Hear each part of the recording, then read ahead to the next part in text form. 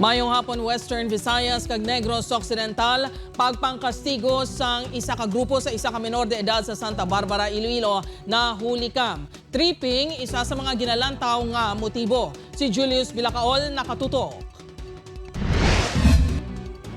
Makita sa sininga video nga nagadinalagan samtang may ginapulihan kastigo ang isa ka grupo sang kalalakinan. Ang lalaki nga ila ginapulihan baka pila pa ka beses nga natumba. Naguntat lang ang ginaobra sang grupo sa may mga tawo nga nagpatunga.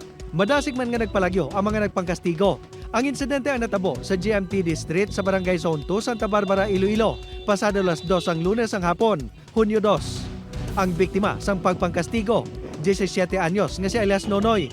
May upod siya kuno ni duwa sila sir, pero do siya lang ang do siya lang guro ang nasumbagan. Gintinguhaan sang news team nga makuhaan sang bahay ng biktima. Apang nagpangabay ang Iloy Sining nga hindi anay sila magpagawa sang pahayag. Ginpakita sini sa amon ang mga gas-gas nga naangkon sa menor de edad bangod sa insidente. Ginpaidalom na ini sa medical examination.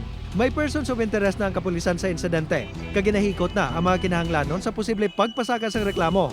Isa sa mga ginasundan nga anggulo sang kapulisan amo nga natripingan ng biktima. Apang ginalantaw man nga kaangot ini sa natapos na nga relasyon sang biktima sa isa ka babayi.